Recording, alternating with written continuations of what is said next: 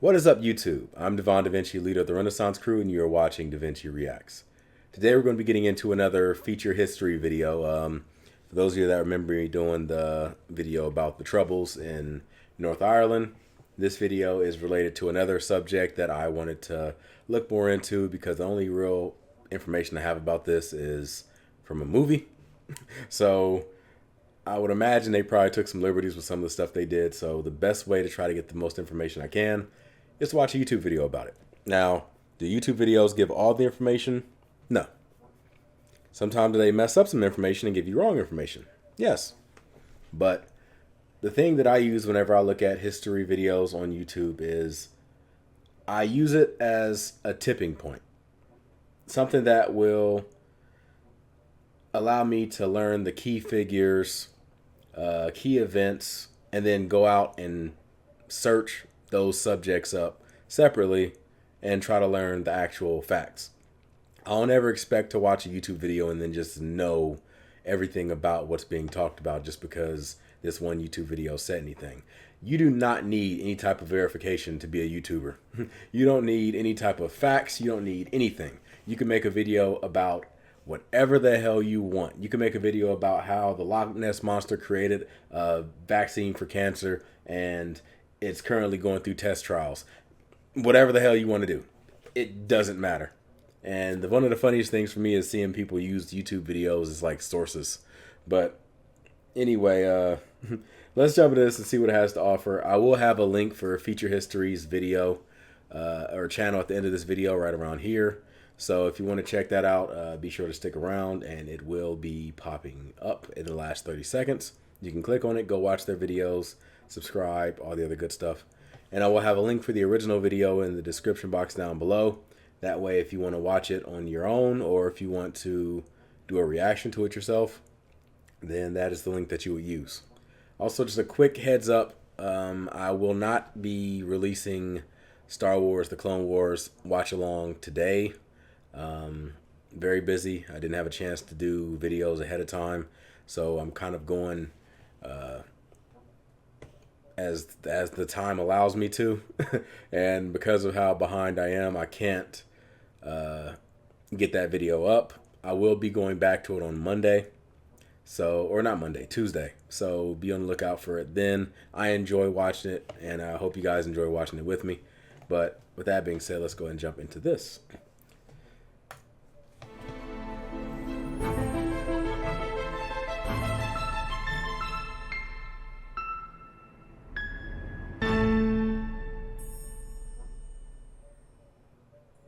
This video, the one you're watching right now, was brought to you by the Great Courses Plus, a subscription on-demand video learning service with over 9,000 top-notch lectures and courses.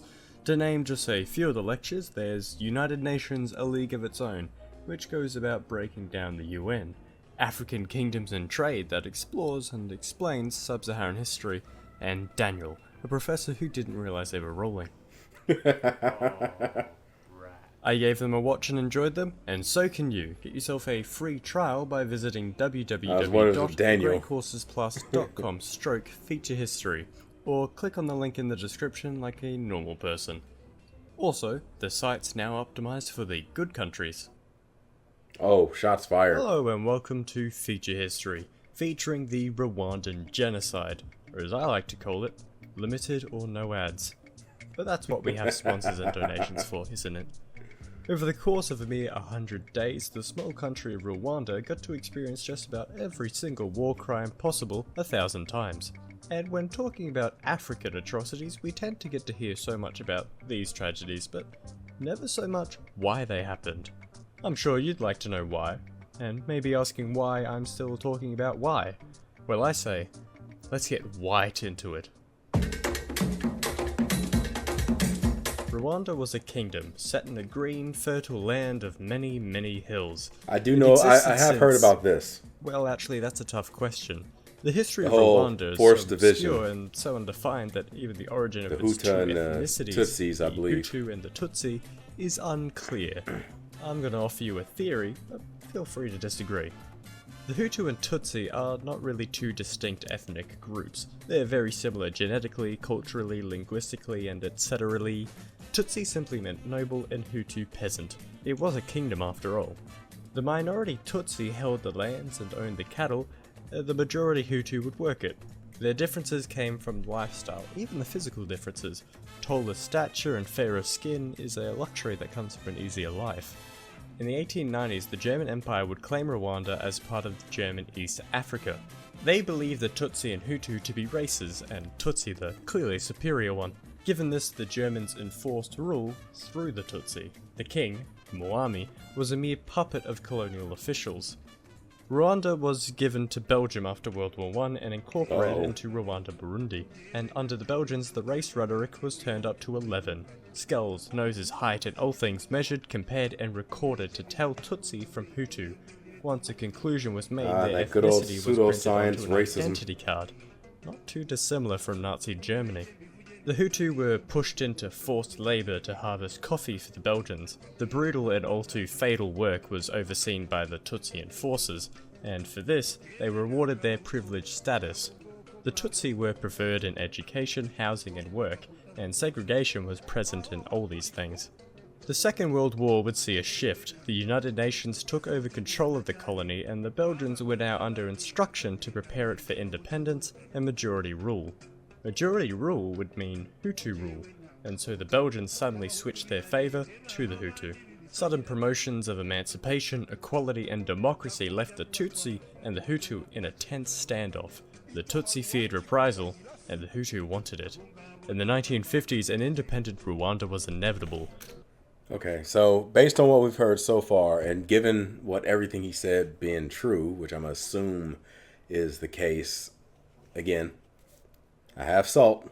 I have a big mountain of salt, but at the same time, I'm willing to, for the benefit of the doubt, say that everything is true. If everything was true the way he said it, then I could definitely see why there would be, I mean, obviously tension, but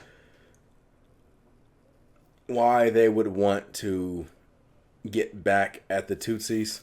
But given the way they did it, I don't like that. That's way too goddamn much. I mean, there's many ways you can get back at them, I guess. You could do it politically. You could do it economically. You can, like, there are different ways you can go about it without doing an actual genocide. That's way too damn much, especially given the fact that you two aren't really that different other than this made-up race that you have created to differentiate yourself, or race that was given onto you to differentiate each other. But that just goes into the whole thing about how race is a social construct that isn't really a thing. It's just something we made and put power into.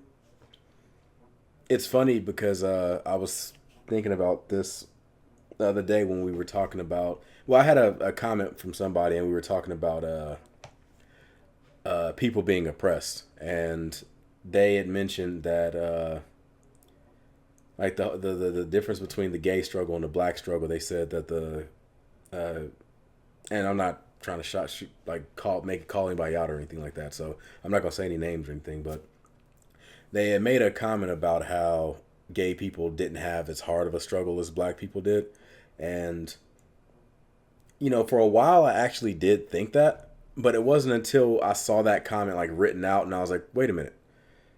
Now that I'm thinking about it, black people, we've only had oppression for like the last 500 to 600 years.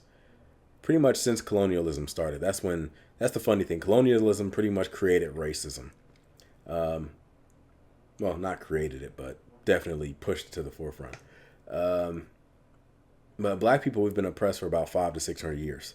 Gay people have been oppressed since the beginning of time. Like, when you think about it, like, the Bible speaks against being gay. It doesn't speak anything about being black or brown or white or whatever else. Like, it doesn't, I don't even think it really differentiates between race. I think they identify people based on their nationality, right? Like, if somebody is Ethiopian, they just call them Ethiopian. If somebody is from Bethlehem, they just call them a person from Bethlehem. If they're from Babylon, a person from Babylon, a Babylonian, whatever. But yeah, gay people. If you look at history from the total standpoint, because I think a lot of people when they think about this question, they think about it from a modern standpoint, like, or an American standpoint. If you're American, you think just American history, then you think, okay, well, black people had it harder. But when you take it from a world history standpoint, gay people and women have had it way harder than anybody else. But I just wanted to mention that about the whole colonialism, 500 years. It has been a thing. Like, it's a social construct that was created to justify European powers going out and colonizing other countries. Almost like they were, in their eyes, they were doing the work of God. But what kind of Rwanda would this be? Hutu and Tutsi political parties formed, such as Parmehutu and UNAR, one offering a Hutu-dominated republic and the other the existing Tutsi monarchy. Rwanda was ready to explode, and when rumours spread that Tutsi were killing Hutu, it did. November 1959 saw the Hutu break out in riot, arson and looting. Okay, so it goes even further than... Okay, correct me if I'm wrong, and I'm sure he's going to mention it, obviously, but in the 90s with the Rwandan genocide, that was the Hutu committing genocide against the Tutsis, right? Or is it backwards? But if that is the case, then that means that in the past, like you just mentioned, the Tutsis did some killings themselves. I don't know if it was on the same scale. I never heard of it. It's the first time I'm ever hearing about it. So, like, both sides were in the wrong. Damn, I gotta look more into it. The Tutsi were quickly victimized and the Mwami proposed a counterattack. A Belgian military intervention was almost immediate, however. The Mwami's plans were ceased as the Belgians took back control. The Belgians decided to mediate elections and a referendum for 1961, a vote that would decide Rwanda's future. The Hutu voted overwhelmingly for their republic, so given this and the ongoing anti-Tutsi violence, the Mwami and over 300,000 Tutsi entered exile. Rwanda-Urundi broke apart into Rwanda and Burundi in '62, and the Tutsi refugees found themselves in Burundi or up north in Uganda. Those in Uganda fought several skirmishes with the new Rwandan Armed Forces, the FAR. It's a French acronym, okay? With this excuse, Tutsi discrimination was quickly ushered into the Republic under the guise of cracking down on rebel activity. Burundi was a stark contrast to Rwanda. Burundi saw a Tutsi military government ruling over a Hutu majority, and in '72 that country's strife dissolved into a genocide that killed 200,000 mostly educated and political Hutu. Holy hell. So there was a genocide before the Rwandan genocide too. Okay, now this takes everything. Oh boy. This just threw everything out of the water. Now I'm guessing the Rwandan genocide still had more fatalities than that, but still, like, holy hell. Okay, I washed my hands of this whole damn thing. I thought I knew. I thought it was like one side doing something just completely heinous, and I was going to try to be Mr. Mediator and figure out, okay, what happened, why is this going on, and learn to accept your wrongdoings and try to make amends. But now it's like, shit, I don't even know what to expect. Like, oh my God. Like, at this point, you're better off just forgetting anything ever happened in the past and just moving forward, because both sides have done some fucked up shit. Yeah, just forget everything. Just pretend history starts at this moment, and everything else you were just like mind wiped of. Obviously, I'm just playing around, but I mean, what I'm saying is way too simplified. Is way deeper than that, but just take the Men in Black thing and just like wipe your mind. Everything, forget it. Hutu feared Tutsi and Tutsi feared Hutu, and as we all know from Yoda, fear leads to anger, anger leads to etc. 73 saw General Juvenal Habyarimana seize power in Rwanda. Under him, all political activity was banned. Rwanda was a one-party state. A dictatorship. Surprisingly, being the Hutu he was, he made a small effort to reconcile Tutsi and Hutu. His attempts were met with outcry. The Burundi genocide was in fresh memory, so no reform was to happen under the moderate president. And Rwanda was no home for the Tutsi. That didn't stop Tutsi men like Fred Rwigiyema and Paul Kagame trying to change that. They belonged to the Rwandese Alliance for National Unity inside Uganda. They participated in the Ugandan Bush War in the 1980s and found themselves in high positions after their victory. The life of a refugee was not for the Tutsi, however. The Rwandese Alliance for National Unity reformed into the militaristic Rwandan political front. It was a veteran force armed and poised for an invasion into Rwanda to finally repatriate the Tutsi with their home. A home many of these refugees weren't born in. October 1st, 1990, the RPF invaded Rwanda. Crossing the border, the rebels had caught the superior FAR off guard and pushed far in a few days. But this only lasted a few days. Commander Rwigiyema was soon killed. How he died was unclear, but the fact was he was dead. Kagame had been studying in the US, but quickly dropped his course to fight the war, as you do. On top of this loss, hundreds of French troops arrived in Rwanda to protect French nationals. Except that was just the cover. Rwanda, being a Belgian colony, was a member of the French-speaking world. Uganda, though, was a former British colony, and so the French wished to protect its francophone societies from seemingly foreign threats. Kagame arrived to see the RPF near destroyed. The less than 2,000 troops that remained he'd bring into the mountains.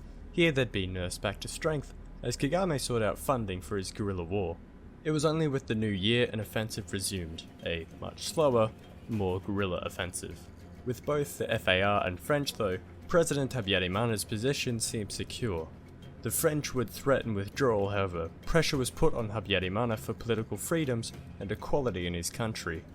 The president would make token concessions, allowing opposition that held no power. The one opposition that did hold power was his own wife, Agathe Habyarimana. She was a Hutu hardliner, and around her formed the Akazu clique, a secret group of powerful radicals. They spread propaganda against the Tutsi, encouraging discrimination and violence. And in return, the Tutsi would turn to the RPF more and more. The people would face a breaking point in 1992. With a dire need of reform and a state of civil war, Habyarimana would once again announce a one-party cabinet. The capital, Kigali, would break out in protest. He'd give in and finally allow a multi-party cabinet, and to remedy the unrest, agreed to negotiate with the RPF for the first time. July 92 saw a ceasefire and the beginning of peace. The negotiations would not be between the FAR and the RPF, but instead between Kagame, Habyarimana, and the Akazu. Kagame only looked to appease international onlookers as to not appear a relentless rebel. The Akazu thought different though. They rejected any peace, and the president was just making sure he kept his job. Nobody cared about peace. Throughout the negotiations, Habyarimana developed a fear of the Akazu. His wife and her affiliates, such as TNS Bagasora, had become very powerful and very threatening. He tried to purge their influence, but this only evolved their fury against Tutsi to include moderates and anyone against them. Bagasora encouraged self-defense militias across Rwanda, spawning the loosely organized Interahamwe. Agathe would create the Thousand Hills Free Radio Station, a source of nothing but Hutu power and anti-Tutsi rhetoric. February 93 saw a killing spree break out, the Akazu to blame, and Kagame's RPF responding by leaving the peace talks and reopening the offensive.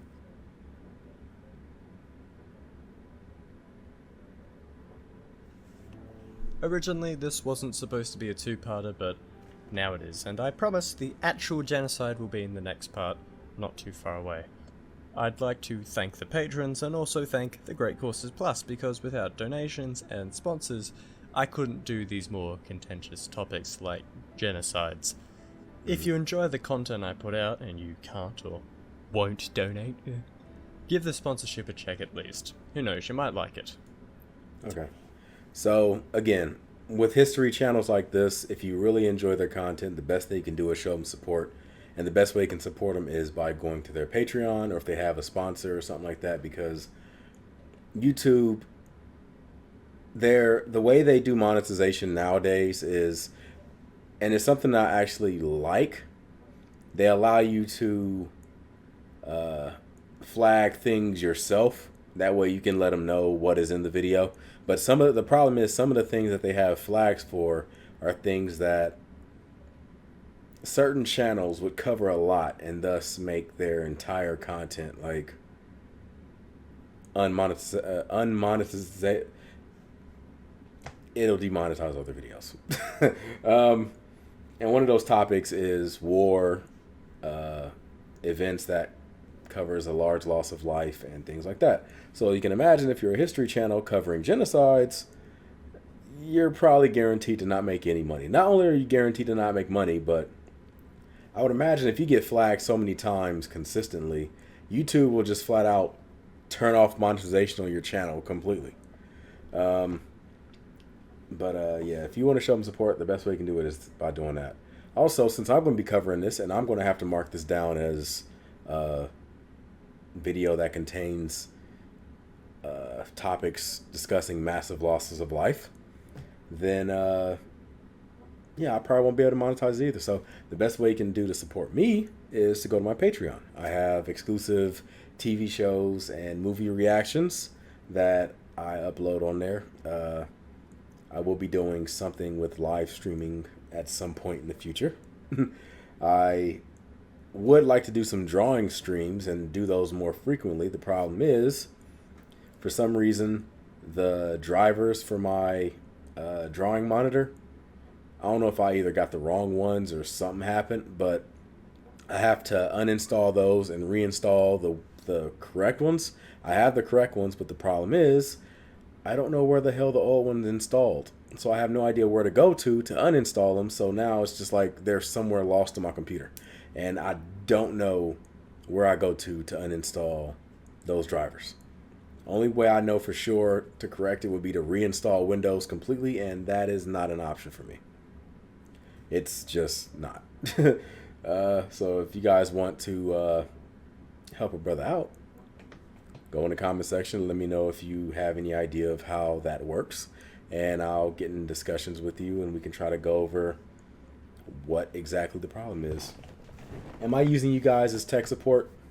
Maybe, but a lot of you are extremely smart when it comes to things like this, so I'll imagine somebody has the answer to my question. And it will open up more of those drawing live streams in which I could do Q&As, corrections, which I really want to do correction videos for past videos I made that has mistakes in them, and things like that.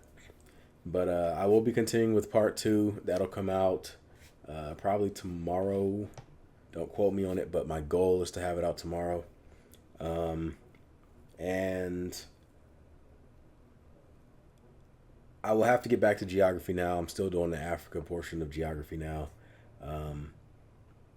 After that, I'll probably move over to the Middle East and then Asia. And then after that, South America, and then I'll call it a day. Probably finish it off with the United States if they eventually get to them. But yeah, if you like this video, make sure you hit that like button, subscribe, and share. I look forward to seeing you guys on future videos. But until then, I am Devon DaVinci, and I am signing out. Deuces.